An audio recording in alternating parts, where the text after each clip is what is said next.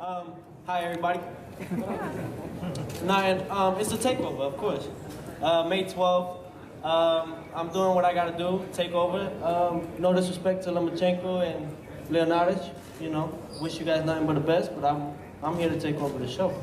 I mean, you know, at the end of the day, that's what I'm here to do. I'm here to entertain and just put on a show for everybody. Definitely looking for the knockout. Definitely gonna go for the knockout and get the knockout. And it's just gonna be an exciting fight. You know, after this fight, there's gonna be big plans with Top Rank and everything.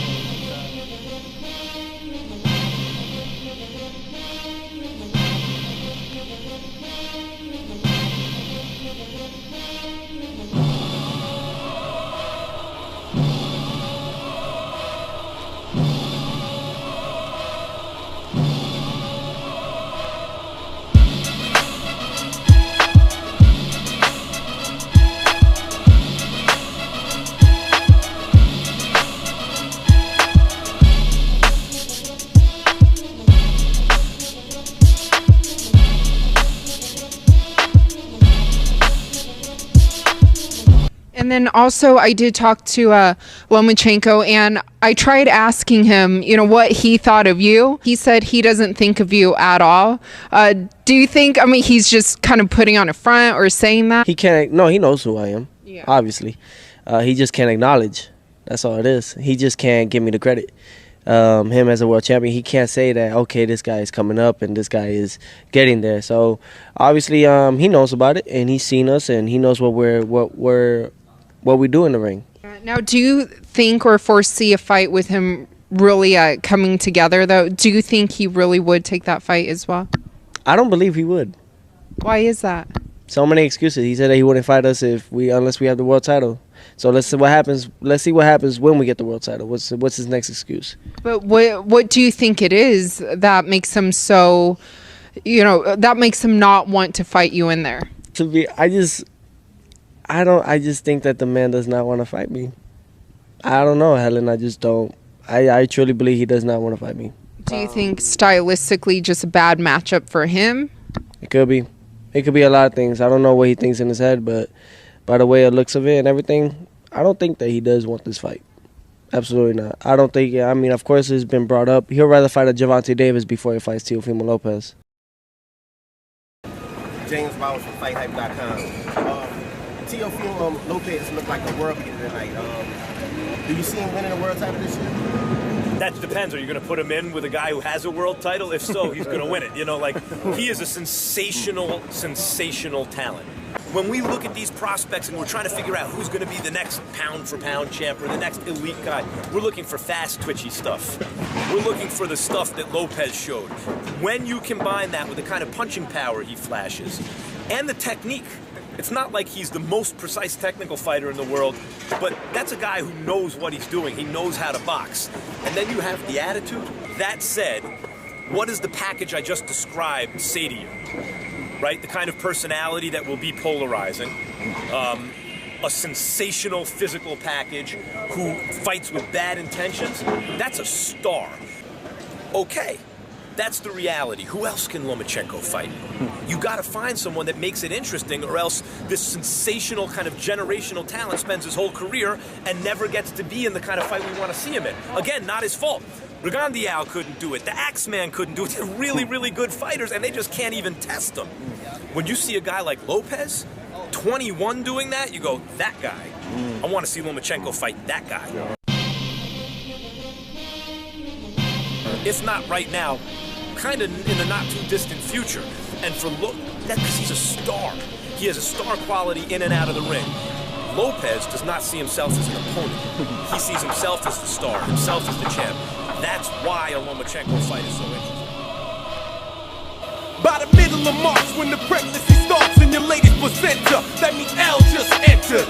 Duct tape your little bitch ass for frontin'. Your 4'11" crackhead ass ain't hurting nothing. Nigga, you want the fame, now you famous overnight.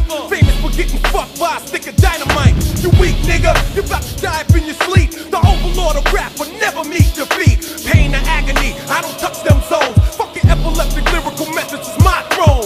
Blast your 50-pound ass and make it float. You read it, shook nigga, I wrote the book nigga. Held down my crown for a decade and a half. Now I'm about to give your grimy ass a bloodbath. Talk about about being broke? Nigga, I'm rich cause I learned to separate the money from the bitch. Don't hate me cause I'm paid, hate me cause I'm everything you wanna be. Handsome, young, plus legendary. Talk about Farrakhan, nigga, you gotta call Jesse Jackson for some affirmative action. Can I bust? Yes, you can. Can I bust? Yes, you can. Can I bust? Yes, you can. Can I bust? Yes, you can. Don't ever open your mouth and mention my seed. Talk about my book you bought to read. You know you watch the sitcom, nigga, so stop that. Mad rapper, but now return mad actor. 49 pounds and trying to be a mobster. Running around town with the Bob Marley imposters. Ass cannabis, he ain't understanding this. Cause 99% of his fans don't exist. I'm going underground and blowing your rep down. Next time, say that shit for the lyricist lounge. Or a house party where you can battle some clown. On top of all that, I beat your homeless ass down. Heard that convicted rapist on the record too. Fresh out of jail, ass cheeks still black and blue.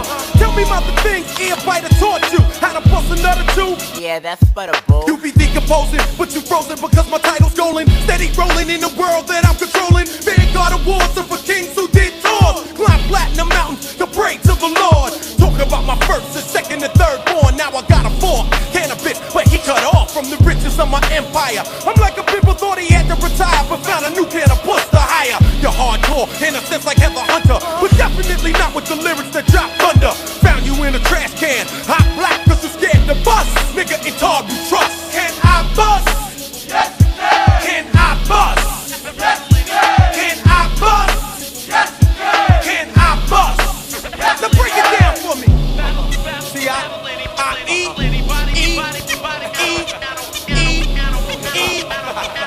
hip-hop, amateur, take it back, baby, hip-hop, word up, no bullshit. Oh, I ain't done yet. You're soft as a newborn baby taking a nap. Make my dick hard with that bitch ass trap. Where you at? Smoking in some one room flat? Sucking on Clef's dick, hoping to come back? Never that. Nigga, my styles is unlimited. Yours is prohibited. Cause that's attributed to not knowing your limits and who you need to test. When you step into the house of the Lord and get blessed. Now, when it comes to TEOFIMO Lopez, he is a great prospect or contender. Have him call it. But one thing's for sure with a fighter like Timo Lopez, as boxing fans, we tend to be extremely hypocritical in our views when it comes to certain boxers and what we want to see in them and what we expect of them. In a time where boxing fans, casual boxing fans, all alike, we complain about not getting the fights that we want, and we complain about fighters not stepping up and wanting to challenge themselves and basically slow pacing out their career and babysitting fights, trying to get them to develop into huge money fights while starving the fans. Here you have a young prospect that's coming out the gate, guns blazing, in an era where fighters like Gervonta Davis and several other PBC fighters are only fighting once a year. And when they do fight, they're fighting fighters that's coming up several weight classes, and they're not fighting fights that are challenging them. They're low-key either cherry picking or they're weight bullies, you know.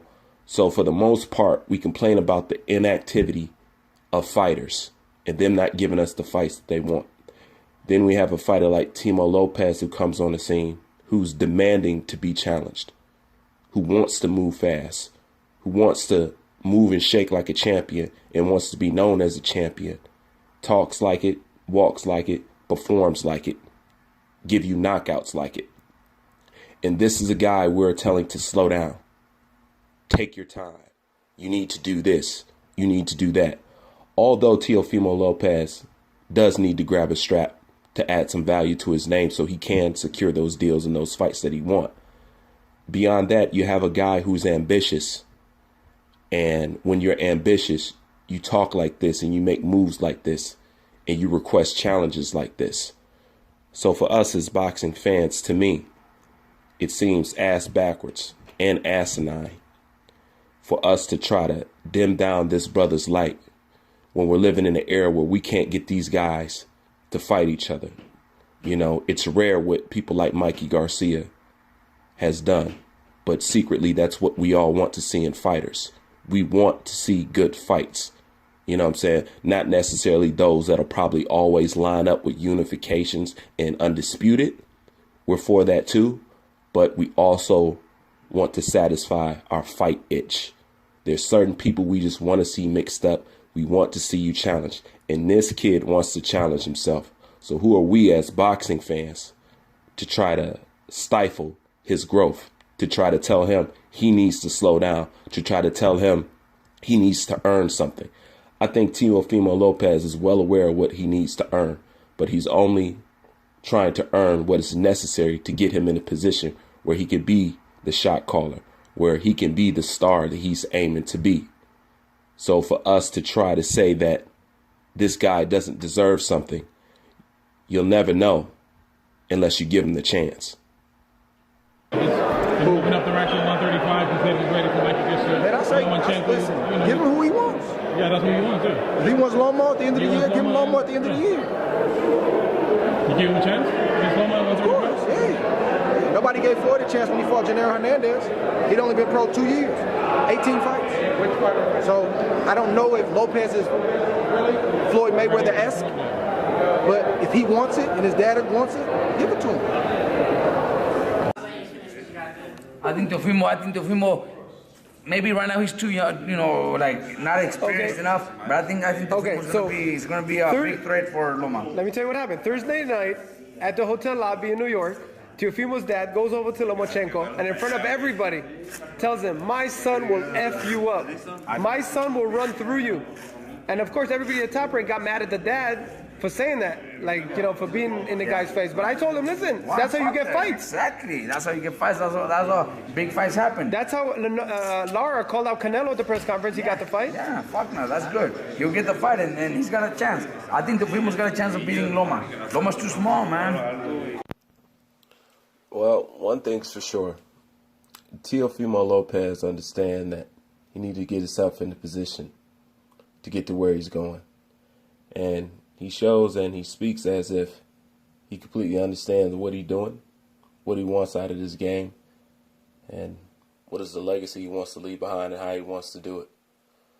So, with that being said, regardless of how we may feel about the fight, I find it even more interesting that just like Pacquiao, Bob Arum is also interested in this fight as well. And then also, though, I do want to talk to you about Lomachenko. So the other day, it was his media day. And first off, though, Bob Arum did say, he did tell media that he feels you versus Lomachenko would be the biggest fight in the lightweight division. How do you feel about him making that statement? Well, one thing's for sure. Teofimo Lopez and Vasily Lomachenko is definitely a super fight in the making. And it is a super fight that I feel that Vasily Lomachenko should not pass up, just like he did his super fight with Manny Pacquiao. Because fans want to see it, and he needs something that's going to carry his legacy on into history. But the thing I like about Teofimo Lopez is his complete understanding of his placement, his value, and where he wants to be in the boxing game. And for all those that say that he hasn't done anything, well, he has sure plans of securing himself a title and then unifying with Vasily Lomachenko. And I know for some that may not be enough for them as far as believing that he earns a fight with Vasily Lomachenko. And a lot of people would think he's probably just clout chasing. But Teofimo Lopez has something to say for the people that believe he's just clout chasing. We're not faking over here, and we're not here to clout. Obviously, Lomachenko needs to understand this. Everybody needs to understand this. Lomachenko cannot make a pay-per-view fight without Teofimo Lopez. Yeah. And I know that with my skills and the way I am in and outside the ring as an entertainer, I can make any fighter, honestly, I can make any fight into a pay-per-view fight. Yeah. No, and because I have all those credibilities. I have all those things that you need to be a pay-per-view star. Yeah. And that's what Bob said.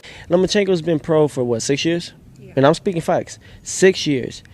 Made probably I'll probably get in trouble for this, but $2 million or so, right? And that's probably the most he's ever made. 6 years. Bro, hasn't done pay-per-view. No, he ain't doing good. And that's where we're going to leave this episode of Rising Glove at.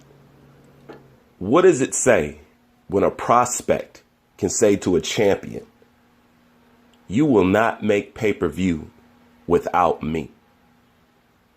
That's a hell of a thing to say. And then to throw his finances out there, talking about Lomachenko has only made $2 million in 6 years. That's incredible.